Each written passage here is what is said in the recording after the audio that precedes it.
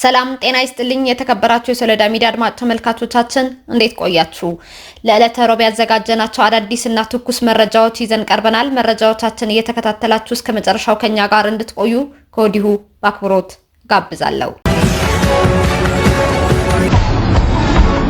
በቀዳሚነት የምናየው መረጃ የሰባ እንደርታ ወረዳ የምክር ቤት አባላትና የቋሚ ኮሚቴ ሰብሳቢዎች ከትግራይ ክልል ጊዜያዊ አስተዳደር ፕሬዝዳንት ጀነራል ታደሰ ወረደ ጋር ተወያዩ።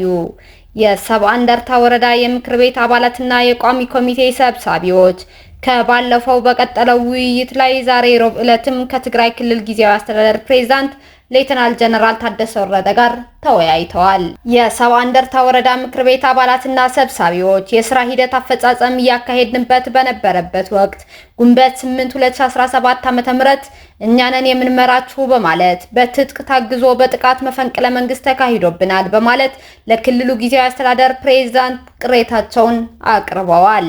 የትግራይ ጊዜያዊ አስተዳደር ፕሬዝዳንት ሌተናል ጀነራል ታደሰ ወረደ ችግሩ እስካሁን እልባት ያላገኘው ድርጊቱን የፈጸሙ አካላት እነማን እንደሆኑ ማጣራት እየተደረገ ስለነበር ነው ብለዋል። ውሳኔዎች የሚወሰኑትም መረጃዎችን በመሰብሰብ ነው በማለትም አክለዋል። ከምክር ቤቱ ውጭ ያሉ የአመራሮች ሹመት መስጠትና ማንሳት ሕግና ስርዓትን የጣሰ ነው በማለትም ፕሬዝዳንቱ ገልጸዋል። በመጨረሻም ዛሬ ሮብ ዕለት መፍትሄ እንደሚቀመጥም ፕሬዝዳንቱ ቃል መግባታቸው ተገልጿል። ኮሎኔል ካሳይ በርሀ ተመርዞ ህይወቱ እንዳለፈ ተገለጸ። ኮሎኔል ካሳይ በርሀ ወይም በቅጽል ስሙ አዲ ዳዕሮ የምዕራብ ግንባር የተባለ የሰራዊቱ የመረጃ ኃላፊ የነበረ ትናንትና ግንቦት 19 2017 ዓ.ም ተመርዞ ህይወቱ ማለፉ ተገልጿል። ኮሎኔል ካሳይ በርሀ ወይም አዲ ዳዕሮ ከጀነራል ምግበይ ኃይሌ ጋር ግጭት ውስጥ በገባ አንድ ሳምንት ሳይሞላ መሞቱንም እየተገለጸ ይገኛል።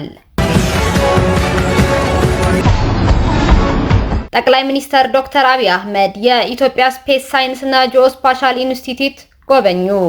ኢንስቲትዩቱ ከምድር እስከ ህዋ ድረስ የሚገኙ መረጃዎችን በመተንተን የምርምር ስራዎችን የሚያከናውን ተቋም መሆኑን የጠቅላይ ሚኒስትር ጽሕፈት ቤት መረጃ አመላክቷል። የምርምር ስራዎቹ ሳይንሳዊ በሆነ መንገድ እየተነተኑ ቅድመ ትንበያና የትንበያ ስራዎችን በመስራት ለሚመለከታቸው ተቋማት እንዲጠቀሙበት ያስችላልም ተብለዋል።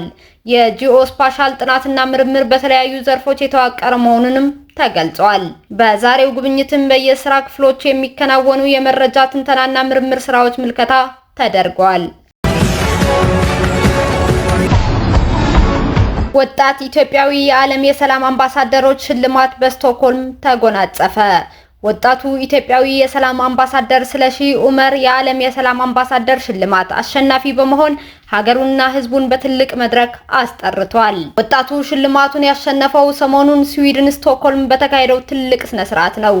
ወጣቱ የሰላም አምባሳደር ይህንን ትልቅ የሰላም አምባሳደርነት ሽልማት አሸናፊ የሆነው በሰላም፣ በዲፕሎማሲ፣ በወጣቶች ሁለንተናዊ ተሳትፎና ተጠቃሚነት በስብዕና ግንባታ ተያያዥ መስኮች እየከናወነ ባለው ስኬታማ ስራ ሲሆን ሽልማቱም በሰላምና በተያያዥ ጉዳዮች ስኬታማ ስራ ላከናወኑ ግለሰቦችና ተቋማት በስቶክሆልም የሚሰጥ ሽልማት መሆኑን ታውቀዋል። አምባሳደር ስለሺ ኡመር በዓለም አቀፍ የሰራተኞች ድርጅት፣ በተባበሩት መንግስታት የስደተኞች ኮሚሽን እና በተባበሩት መንግስታት የህፃናት መርጃ ድርጅት ዩኒሴፍ የወጣቶች መረብ ሊቀመንበር ሲሆን የኢትዮጵያ ወጣቶች ምክር ቤት አባልም ጭምር ነው። ወጣት አምባሳደር ስለሺ በተባበሩት መንግስታት ድርጅት፣ በአፍሪካ ህብረትና በብሪክስ የወጣቶች ካውንስል ለሀገሩ በሰላም በኢኮኖሚና በፖለቲካዊ ተሳትፈው ትልቅ ድልን እየተጎናጸፈ የሚገኝ ወጣት መሪ እንደሆነም ለማወቅ ተችሏል። የሰላም አምባሳደሩ ወጣት ከዚህም በተጨማሪ ከተመሰረተ 7 ዓመታትን ያስቆጠረውና በወጣቶች መሪነት በዲፕሎማሲ በስራ ፈጠራና በተያያዥ ዘርፎች ላይ አተኩሮ የሚሰራው የሴፍ ላይት ኢኒሺዬቲቭስ ሀገር በቀል ሲቪል ማህበረሰብ መስራችና ዳይሬክተርም ጭምር ነው። ወጣቱ በስቶክሆልም ያሸነፈው የሰላም አምባሳደርነት ሹመት ለኢትዮጵያ ወጣቶች መነቃቃትን የሚፈጥርና ምሳሌ የሚሆንም ነው ተብሏል። በሴኔጋል ዳካር የእስራኤል አምባሳደር ከተገኙበት መርሃ ግብር በተቃውሞ ምክንያት ተባረሩ። በሴኔጋል የእስራኤል አምባሳደር ዩቫል ዋክስ ማክሰኞ በዳካር ከሚገኘው የዩኒቨርሲቲ ካምፓስ ተማሪዎች የእሳቸውን መገኘታቸው በመቃወማቸውና ፍልስጤማውያን የሚደግፉ መፈክሮችን ካሰሙ በኋላ ለመውጣት መገደዳቸው በማህበራዊ ሚዲያዎች ላይ እየተሰራጨ ያለው ምስል አሳይቷል። በቼክ አንታ ዲዮፕ ዩኒቨርሲቲ በሀገሪቱ ትልቁና ታዋቂው የከፍተኛ ትምህርት ተቋም በዓለም አቀፍ ግንኙነት ልምዶች ላይ ዋክስ እንዲናገሩ ተጋብዘው ነበር። ነገር ግን አምባሳደሩ እንደደረሱ ነፃ ፊሊስጤም፣ ነፃ ጋዛና እስራኤል የጦር ወንጀለኛ ነች እያሉ በደርዘን የሚቆጠሩ ተማሪዎች ከአዳራሹ ውጪ ተሰብስበው ነበር። በማህበራዊ ሚዲያ ላይ የተጋሩ ቪዲዮዎች እንዳሳዩት ከሆነ ተማሪዎች የፊሊስጤምን ባንዲራ ሲያውለበልቡና አዲስ የተሾሙትን ልዑክ ንግግር እንዳይናገሩ ሲከለክሉ ታይተዋል። ዋክስ በጸጥታ ኃይሎች ታጅበው ታዳሚውን ሳያነጋግሩ ግቢውን ለቀው ወጥተዋል። ተቃዋሚዎችም መፈክሮችን እያሰሙና ባንዲራ እያውለበለቡ ሲከተሏቸው ታይቷል። በጋምቢያ፣ ጊኒ ቢሳው፣ ኬፕ ቬርዴና ቻድ የእስራኤል አምባሳደር ሆነው የሚያገለግሉት ዋክስ የሹመት ደብዳቤያቸውን ለሴኔጋል ፕሬዝዳንት ባሲሩ ዳያማዮ ፋዮ ግንቦት 8 አቅርበዋል። እስራኤል ከማርች 2 ጀምሮ የጋዛን መሻገሪያዎች በመዝጋት ምግብ፣ የሕክምና ቁሳቁስና የሰብአዊ እርዳታ እንዳይገባ አግዳለች። እገዳው ቀደም ሲል የነበረው ከባድ ሰብአዊ ቀውስ ይበልጥ እያባባሰው መሆኑን በመንግስታቱ ድርጅት፣ በሰብአዊ መብት ተቋማትና በዓለም አቀፍ ሪፖርቶች ላይ ተመላክቷል። ዓለም አቀፍ የተኩስ አቁም ጥሪን ውድቅ በማድረግ የእስራኤል ጦር እንደ አውሮፓውያን አቆጣጠር ከጥቅምት 2023 ጀምሮ በጋዛ ላይ አሰቃቂ ጥቃቱን ቀጥሏል። በዚህም ከ54,000 በላይ ፍልስጤማውያንን አብዛኞቹ ሴቶችና ህጻናት ተገድለዋል ተብሏል። ባለፈው ህዳር የዓለም አቀፉ የወንጀለኞች ፍርድ ቤት የእስራኤሉ ጠቅላይ ሚኒስትር ቤንያሚን ኔታንያሁና የቀድሞው የመከላከያ ሚኒስትራቸው ዮአቭ ጋላንት በጋዛ በፈጸሙት የጦር ወንጀሎችና በሰብአዊነት ላይ በፈጸሙት ወንጀሎች የእስር ማዘዣ አውጥቷል።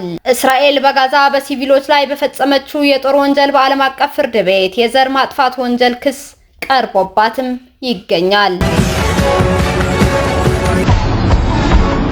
ሶሪያና እስራኤል በሚስጥር ተወያዩ። ውጥረቶችን ለመቆጣጠር ሶሪያ ከእስራኤል ጋር በአህመድ አልዳላት የሚመራ ቀጥተኛ ስብሰባ አድርገዋል።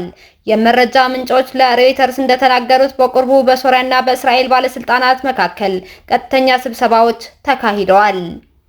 ይህም በድንበር አካባቢ ያለው ውጥረት ለመቆጣጠርና ሁኔታው ወደ ወታደራዊ ግጭት እንዳይገባ ለማድረግ ነው ተብሏል።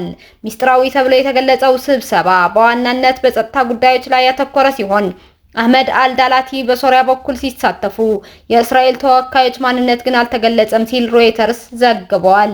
እነዚህ እርምጃዎች በአስጨናቂው ቀጠናዊ ሁኔታ ውስጥ በሶሪያ ድንበር አካባቢ ወታደራዊ ግጭት ሊከሰት ይችላል የሚል ስጋት እየጨመረ በመምጣቱ ነው ተብሏል። በደማስቆና በቴል አቪቭ የሚገኙ ኦፊሻላዊ ምንጮች በሪፖርቱ ላይ እስካሁን አስተያየት ከመስጠትም ተቆጥበው ይገኛሉ። ውድ የሶሎዳ ሚዲያ አድማጭ ተመልካቾቻችን ለዕለተ ሮብ መርጠን ወደ እናንተ ያቀረብናቸው መረጃዎቻችን እስካሁን ስትከታተሏቸው የቆያችሁ ይመስሉ ነበር። እስካሁን ከኛ ጋር አብራችሁን ስለነበራችሁ እያመሰገንኩኝ በሌሎች ዘገባዎች እስክንመለስ እንደተለመደው የሶሎዳ ሚዲያ ቤተሰብ በመሆን ላይክ፣ ሼር፣ ሰብስክራይብ ማድረጋችሁን አትርሱ። አዳዲስ ትኩስና ወቅታዊ መረጃዎቻችን በቶሎ እንዲደርሷችሁ የደወል ምልክቷን ይጫኑ። ሰላም ለእናንተ፣ ሰላም ለኢትዮጵያ።